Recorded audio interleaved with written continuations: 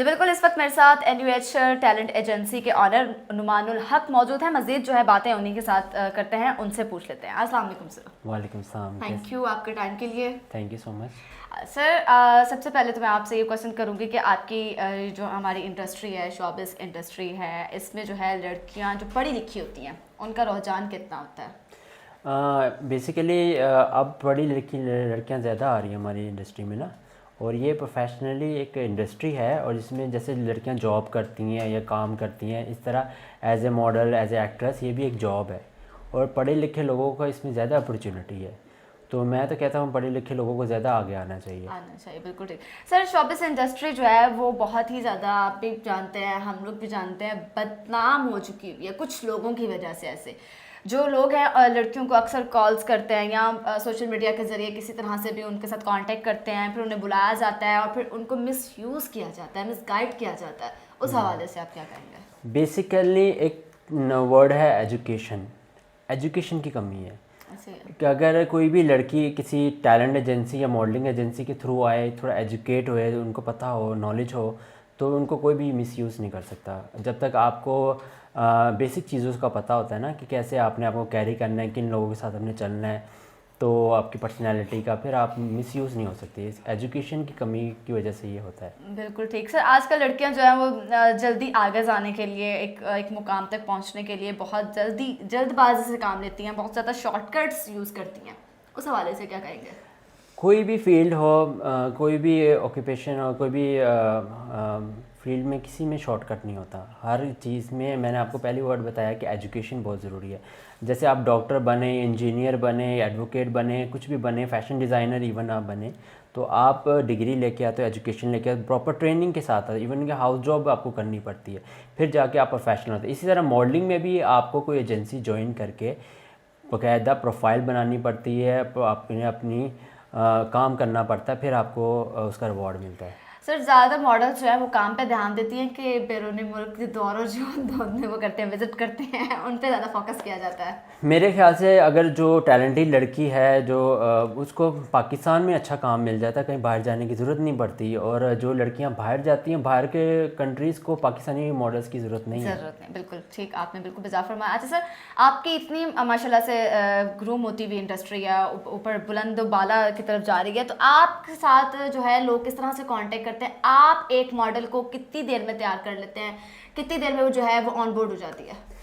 कुछ लड़कियां होती हैं वो ऑलरेडी अच्छी फैमिली से होती हैं, लाइक रिच फैमिली से होती है, तो ऑलरेडी ग्रूम्ड होती हैं, उन पे हमें ज़्यादा मेहनत नहीं करनी पड़ती।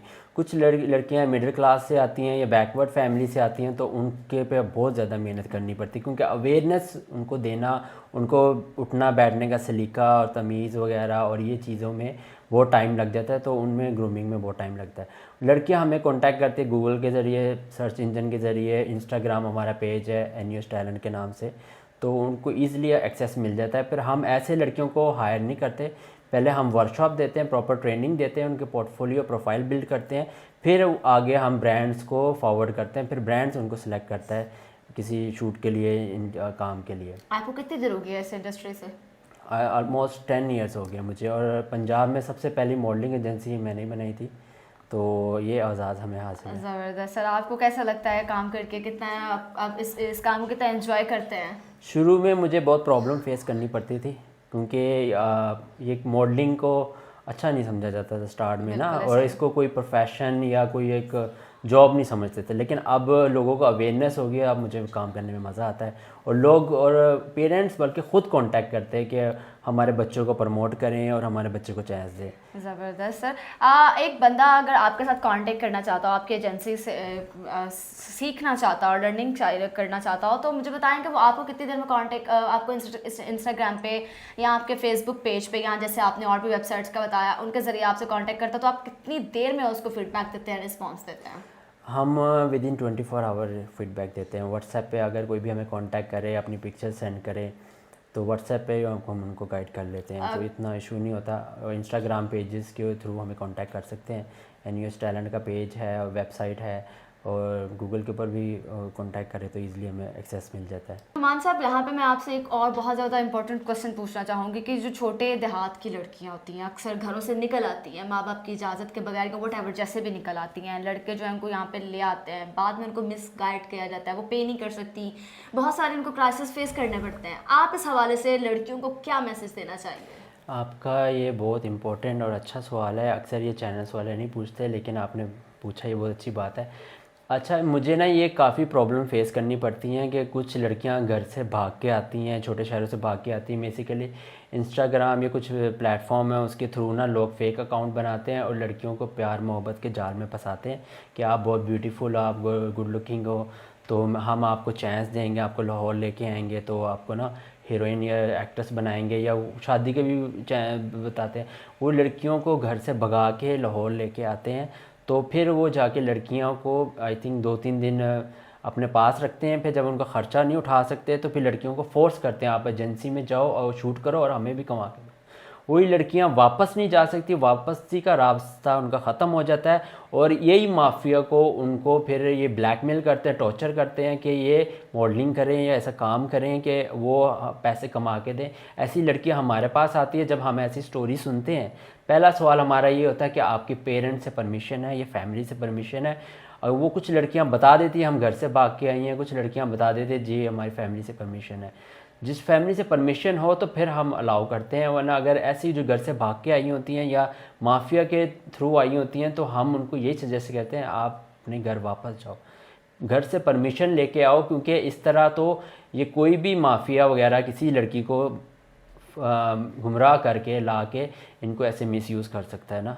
तो ये लड़कियों के लिए ख़तरनाक है, कोई शॉर्टकट नहीं है, ऐसे कोई फैंटेसी नहीं है। आप पेरेंट्स से परमिशन लेके आएँ, जाहिर बात आप पेरेंट्स से परमिशन लेके आएंगे, पेरेंट्स आपको सपोर्ट करेंगे, आपको थोड़ा बहुत पोर्टफोलियो की फ़ीस और ये चीज़ें एक्सपेंस वगैरह आपको देंगे। अगर आप छुप के भाग के आओगे तो आपके पास पैसे नहीं होंगे, आपके पास चीज़ें रिसोर्सेज नहीं होंगे। अगर एजेंसी सपोर्ट कर भी ले, फिर आगे जाके आप कैसे करोगे, क्योंकि इसमें थोड़ा एक्सपेंस लगता है स्टार्टिंग में अपनी प्रमोशन के लिए। तो माफिया और इन लोगों की बातों में ना आओ, आप प्रॉपर चैनल पेरेंट्स के थ्रू आप आओ। जी बिल्कुल सही हो गया। सर, आप जो अब आने वाली नस्ल है, जो लड़कियां न्यूली इस फील्ड में आ रही हैं, उनके लिए क्या मैसेज कन्वे करना चाहते हैं? उनके लिए तो काफ़ी स्ट्रॉन्ग मैसेज है कि ये जो शॉर्टकट प्लेटफॉर्म जिसमें फ़िल्टर यूज़ हो रहे हैं आजकल ना, लाइक मैं नाम नहीं लेना चाहूँगा लेकिन आपको समझ आ गई होगी किसकी बात कर रहा हूँ। तो उनके बजाय ना एक रियल टैलेंट में आए और रियल आगे एजेंसी को ज्वाइन करें और अपने आप को फेस करें, बजाय फ़िल्टर यूज़ करने के और शॉर्टकट यूज़ करने से। शॉर्टकट कुछ भी नहीं होता। आप मेहनत करोगे, आप ग्रूमिंग कराओगे, अपने आप के प्रोफाइल बिल्ड करोगे, इंशाल्लाह आपको एवरग्रीन सक्सेस मिलेगा लॉन्ग टर्म के लिए होगा। Thank you so much sir, thank you. so बहुत अच्छा लगा आपसे गुफ्तगू करके, बातचीत करके। तो जी बिल्कुल, नाज़रीन, नुमानुल हक साहब हमारे साथ मौजूद थे। इनकी एजेंसी तक पहुंचने के लिए, इन तक पहुंचने के लिए और मॉडलिंग की दुनिया में कदम रखने के लिए आप इनसे रब्ता कैसे कर सकते हैं, इन्होंने आपको बताया।